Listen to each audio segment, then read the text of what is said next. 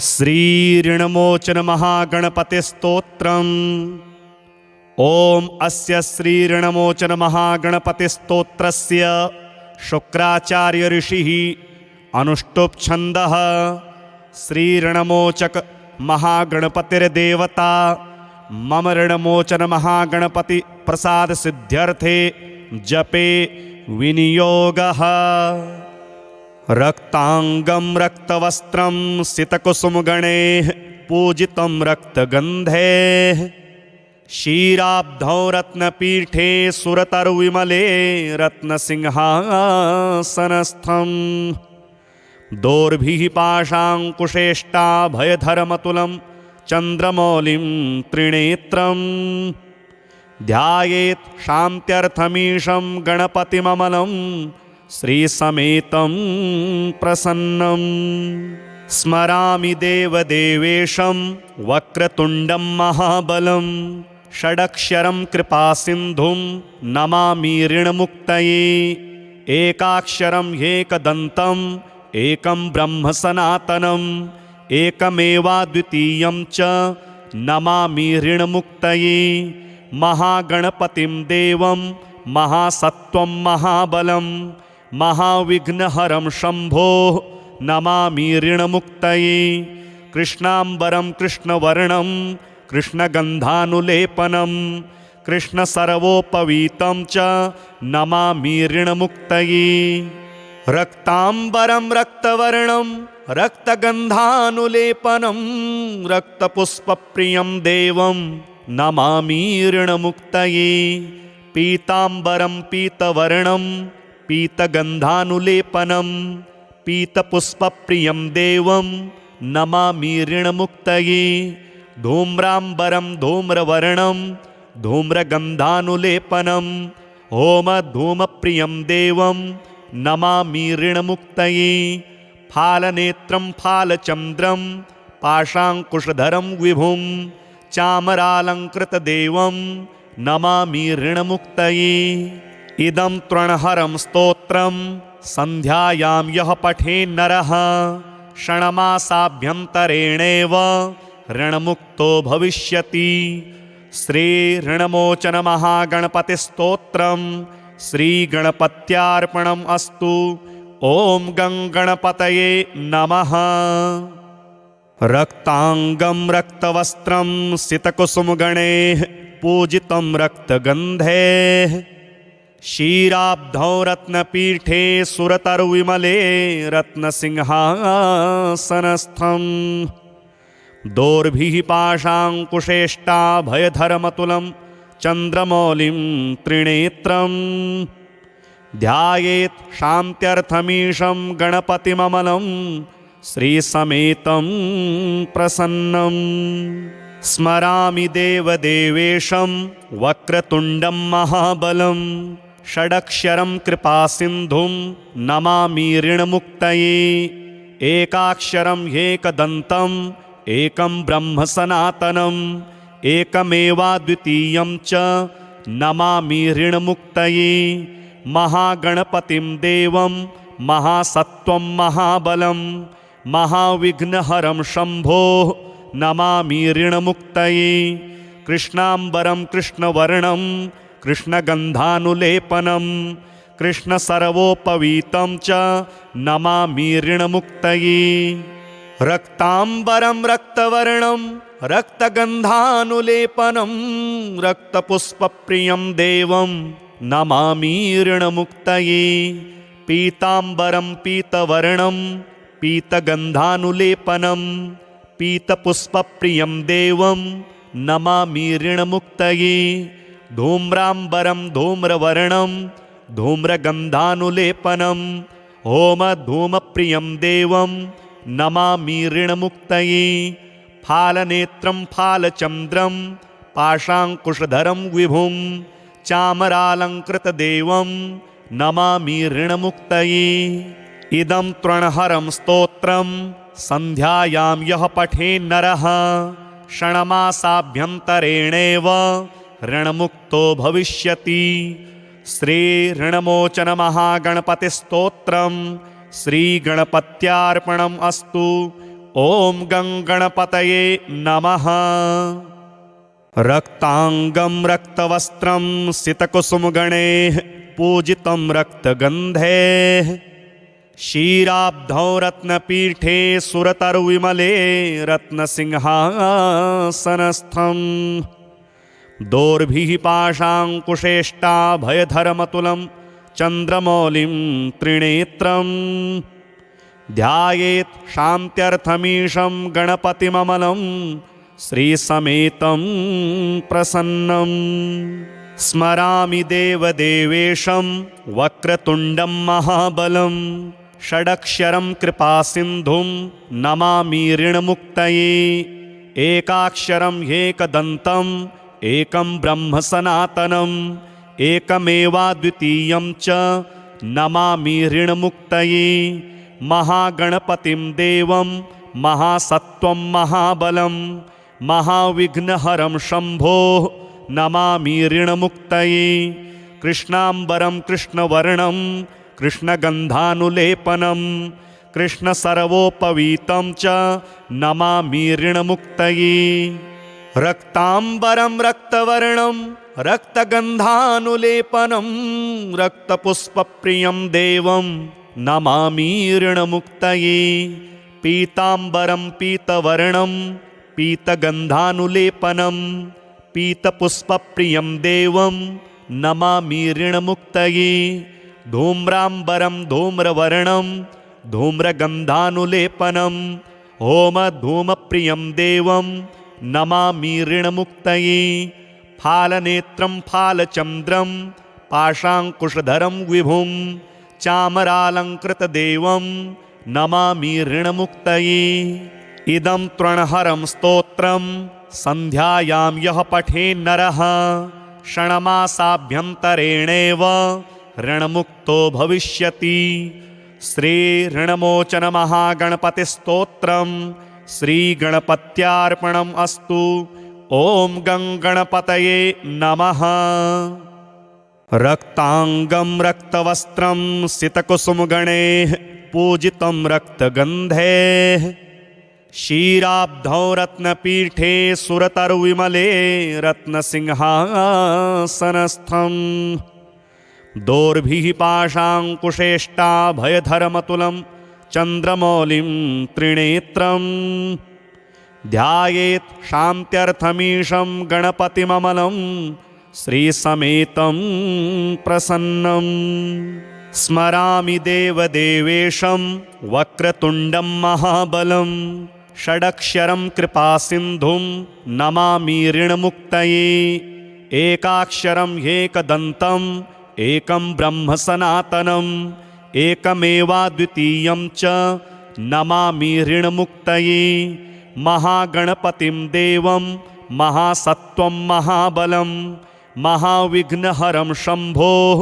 नमामि ऋणमुक्तये कृष्णाम्बरं कृष्णवर्णं कृष्णगन्धानुलेपनं कृष्णसर्वोपवीतं च नमामि ऋणमुक्तये रक्ताम्बरं रक्तवर्णं रक्तगन्धानुलेपनं रक्तपुष्पप्रियं देवं नमामि ऋणमुक्तये पीताम्बरं पीतवर्णं पीतगन्धानुलेपनं पीतपुष्पप्रियं देवं नमामि ऋणमुक्तये धूम्राम्बरं धूम्रवर्णं धूम्रगन्धानुलेपनं होमधूमप्रियं देवं नमामि ऋणमुक्तये फालनेत्रं फालचन्द्रं पाशाङ्कुशधरं विभुं चामरालङ्कृतदेवं नमामि ऋणमुक्तये इदं तृणहरं स्तोत्रं सन्ध्यायां यः पठेन्नरः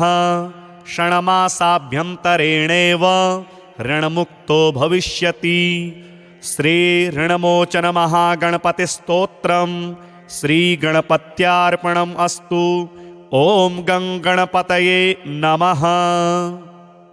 रक्ताङ्गं रक्तवस्त्रं सितकुसुमगणैः पूजितं रक्तगन्धैः क्षीराब्धौ रत्नपीठे सुरतरुविमले रत्नसिंहासनस्थम् दोर्भिः पाशाङ्कुशेष्टाभयधरमतुलं चन्द्रमौलिं त्रिनेत्रम् ध्यायेत् शान्त्यर्थमीशं गणपतिममलं श्रीसमेतं प्रसन्नम् स्मरामि देवदेवेशं वक्रतुण्डं महाबलं षडक्षरं कृपासिन्धुं नमामि ऋणमुक्तये एकाक्षरं ह्येकदन्तम् एकं ब्रह्म सनातनम् एकमेवाद्वितीयं च नमामि ऋणमुक्तये महागणपतिं देवं महासत्त्वं महाबलं महाविघ्नहरं शम्भोः नमामि ऋणमुक्तये कृष्णाम्बरं कृष्णवर्णं कृष्णगन्धानुलेपनं कृष्णसर्वोपवीतं च नमामि ऋणमुक्तये रक्ताम्बरं रक्तवर्णं रक्तगन्धानुलेपनं रक्तपुष्पप्रियं देवं नमामि ऋणमुक्तये पीताम्बरं पीतवर्णं पीतगन्धानुलेपनं पीतपुष्पप्रियं देवं नमामि ऋणमुक्तये धूम्राम्बरं धूम्रवर्णं धूम्रगन्धानुलेपनं होमधूमप्रियं देवं नमामि ऋणमुक्तये फालनेत्रं फालचन्द्रं पाशाङ्कुशधरं विभुं चामरालङ्कृतदेवं नमामि ऋणमुक्तये इदं तृणहरं स्तोत्रं सन्ध्यायां यः पठेन्नरः षण्मासाभ्यन्तरेणेव ऋणमुक्तो भविष्यति श्रीऋणमोचनमहागणपतिस्तोत्रं श्रीगणपत्यार्पणम् अस्तु। ॐ गं गणपतये नमः। रक्ताङ्गं रक्तवस्त्रं सितकुसुमगणैः पूजितं रक्तगन्धैः क्षीराब्धौ रत्नपीठे सुरतरुविमले रत्नसिंहासनस्थं दोर्भिः पाशाङ्कुशेष्टाभयधरमतुलं चन्द्रमौलिं त्रिनेत्रम् ध्यायेत् शान्त्यर्थमीशं गणपतिममलं श्रीसमेतं प्रसन्नम् स्मरामि देवदेवेशं वक्रतुण्डं महाबलं षडक्षरं कृपासिन्धुं नमामि ऋणमुक्तये एकाक्षरं ह्येकदन्तम् एकं ब्रह्म सनातनम् एकमेवाद्वितीयं च नमामि ऋणमुक्तये महागणपतिं देवं महासत्त्वं महाबलं महाविघ्नहरं शम्भोः नमामि ऋणमुक्तये कृष्णाम्बरं कृष्णवर्णं कृष्णगन्धानुलेपनं कृष्णसर्वोपवीतं च नमामि ऋणमुक्तये रक्ताम्बरं रक्तवर्णं रक्तगन्धानुलेपनं रक्तपुष्पप्रियं देवं नमामि ऋणमुक्तये पीताम्बरं पीतवर्णं पीतगन्धानुलेपनं पीतपुष्पप्रियं देवं नमामि ऋणमुक्तये धूम्राम्बरं धूम्रवर्णं धूम्रगन्धानुलेपनं होमधूमप्रियं देवं नमामि ऋणमुक्तये फालनेत्रं फालचन्द्रं पाशाङ्कुशधरं विभुं चामरालङ्कृतदेवं नमामि ऋणमुक्तये इदं तृणहरं स्तोत्रं सन्ध्यायां यः पठेन्नरः षण्मासाभ्यन्तरेणेव ऋणमुक्तो भविष्यति श्रीऋणमोचनमहागणपतिस्तोत्रं श्रीगणपत्यार्पणम् अस्तु। ॐ गं गणपतये नमः। रक्ताङ्गं रक्तवस्त्रं सितकुसुमगणैः पूजितं रक्तगन्धैः क्षीराब्धौ रत्नपीठे सुरतरुविमले रत्नसिंहासनस्थं दोर्भिः पाशाङ्कुशेष्टाभयधरमतुलं चन्द्रमौलिं त्रिनेत्रम् ध्यायेत् शान्त्यर्थमीशं गणपतिममलं श्रीसमेतं प्रसन्नम् स्मरामि देवदेवेशं वक्रतुण्डं महाबलं षडक्षरं कृपासिन्धुं नमामि ऋणमुक्तये एकाक्षरं ह्येकदन्तम् एकं ब्रह्म सनातनम् एकमेवाद्वितीयं च नमामि ऋणमुक्तये महागणपतिं देवं महासत्त्वं महाबलं महाविघ्नहरं शम्भोः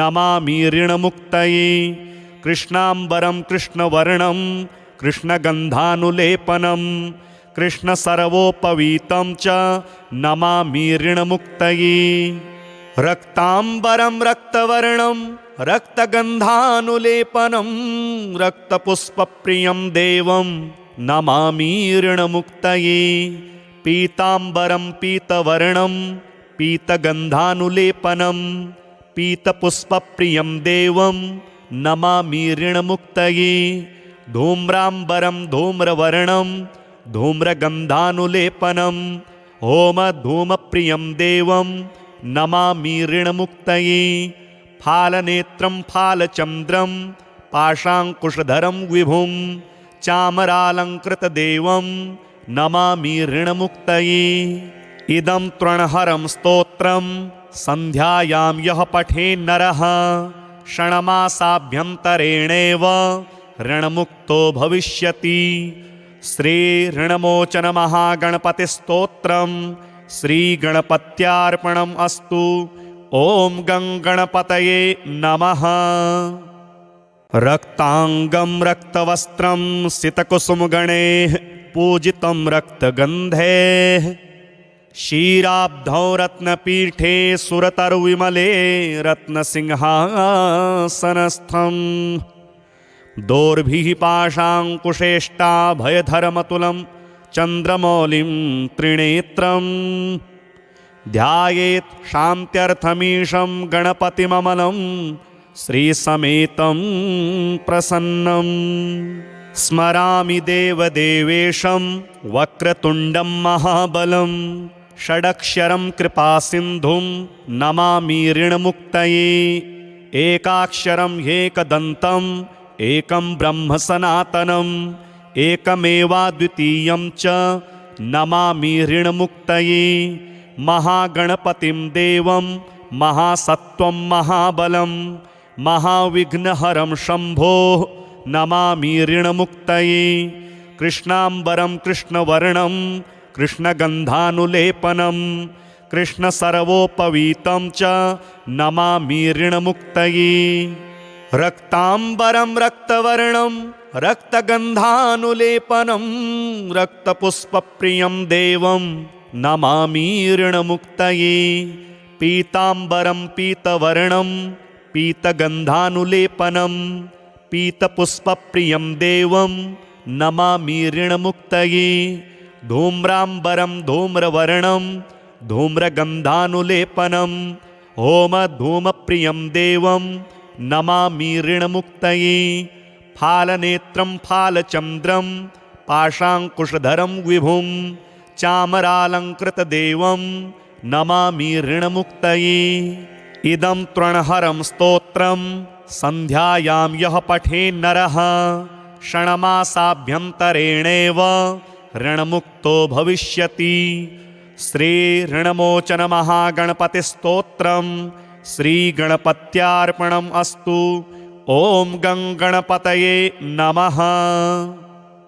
रक्ताङ्गं रक्तवस्त्रं सितकुसुमगणैः पूजितं रक्तगन्धैः क्षीराब्धौ रत्नपीठे सुरतरुविमले रत्नसिंहासनस्थं दोर्भिः पाशाङ्कुशेष्टाभयधरमतुलं चन्द्रमौलिं त्रिनेत्रं ध्यायेत् शान्त्यर्थमीशं गणपतिममलं श्रीसमेतं प्रसन्नं स्मरामि देवदेवेशं वक्रतुण्डं महाबलं षडक्षरं कृपासिन्धुं नमामि ऋणमुक्तये एकाक्षरं ह्येकदन्तम् एकं ब्रह्म सनातनम् एकमेवाद्वितीयं च नमामि ऋणमुक्तये महागणपतिं देवं महासत्त्वं महाबलं महाविघ्नहरं शम्भोः नमामि ऋणमुक्तये। कृष्णाम्बरं कृष्णवर्णं कृष्णगन्धानुलेपनं कृष्णसर्वोपवीतं च नमामि ऋणमुक्तये। रक्ताम्बरं रक्तवर्णं रक्तगन्धानुलेपनं रक्तपुष्पप्रियं देवं नमामि ऋणमुक्तये। पीताम्बरं पीतवर्णं पीतगन्धानुलेपनं पीतपुष्पप्रियं देवं नमामि ऋणमुक्तये। धूम्राम्बरं धूम्रवर्णं धूम्रगन्धानुलेपनं होमधूमप्रियं देवं नमामि ऋणमुक्तये। फालनेत्रं फालचन्द्रं पाशाङ्कुशधरं विभुं चामरालङ्कृतदेवं नमामि ऋणमुक्तये। इदं तृणहरं स्तोत्रं सन्ध्यायां यः पठेन्नरः षण्मासाभ्यन्तरेणेव ऋणमुक्तो भविष्यति। श्रीऋणमोचनमहागणपतिस्तोत्रं श्रीगणपत्यार्पणम् अस्तु। ॐ गं गणपतये नमः। रक्ताङ्गं रक्तवस्त्रं सितकुसुमगणैः पूजितं रक्तगन्धैः क्षीराब्धौ रत्नपीठे सुरतरुविमले रत्नसिंहासनस्थम् दोर्भिः पाशाङ्कुशेष्टाभयधरमतुलं चन्द्रमौलिं त्रिनेत्रं ध्यायेत् शान्त्यर्थमीशं गणपतिममलं श्रीसमेतं प्रसन्नम्। स्मरामि देवदेवेशं वक्रतुण्डं महाबलं षडक्षरं कृपासिन्धुं नमामि ऋणमुक्तये।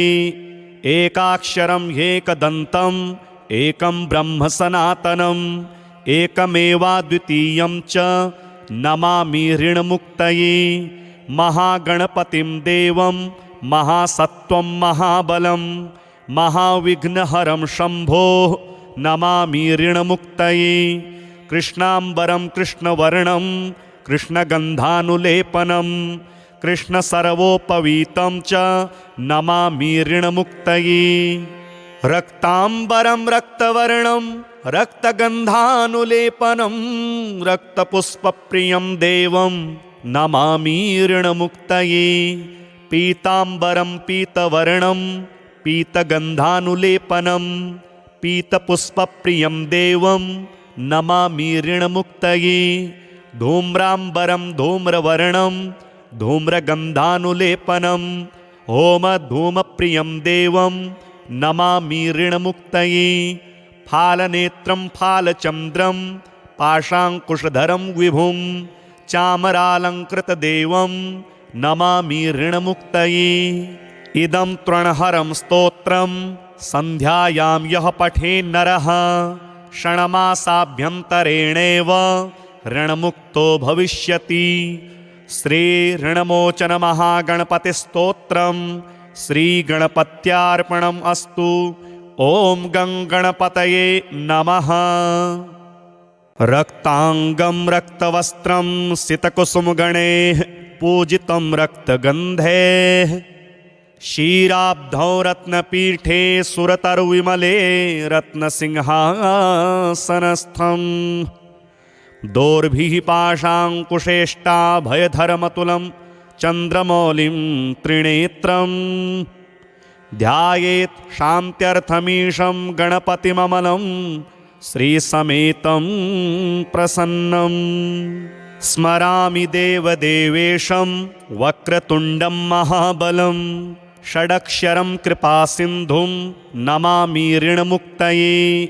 एकाक्षरं ह्येकदन्तम् एकं ब्रह्म सनातनम् एकमेवाद्वितीयं च नमामि ऋणमुक्तये।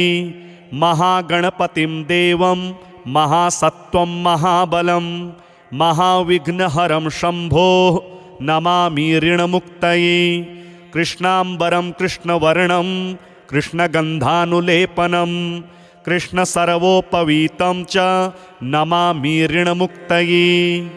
रक्ताम्बरं रक्तवर्णं रक्तगन्धानुलेपनं रक्तपुष्पप्रियं देवं नमामि ऋणमुक्तये पीताम्बरं पीतवर्णं पीतगन्धानुलेपनं पीतपुष्पप्रियं देवं नमामि ऋणमुक्तये धूम्राम्बरं धूम्रवर्णं धूम्रगन्धानुलेपनं होमधूमप्रियं देवं नमामि ऋणमुक्तये फालनेत्रं फालचन्द्रं पाशाङ्कुशधरं विभुं चामरालङ्कृतदेवं नमामि ऋणमुक्तये इदं तृणहरं स्तोत्रं सन्ध्यायां यः पठेन्नरः षण्मासाभ्यन्तरेणेव ऋणमुक्तो भविष्यति।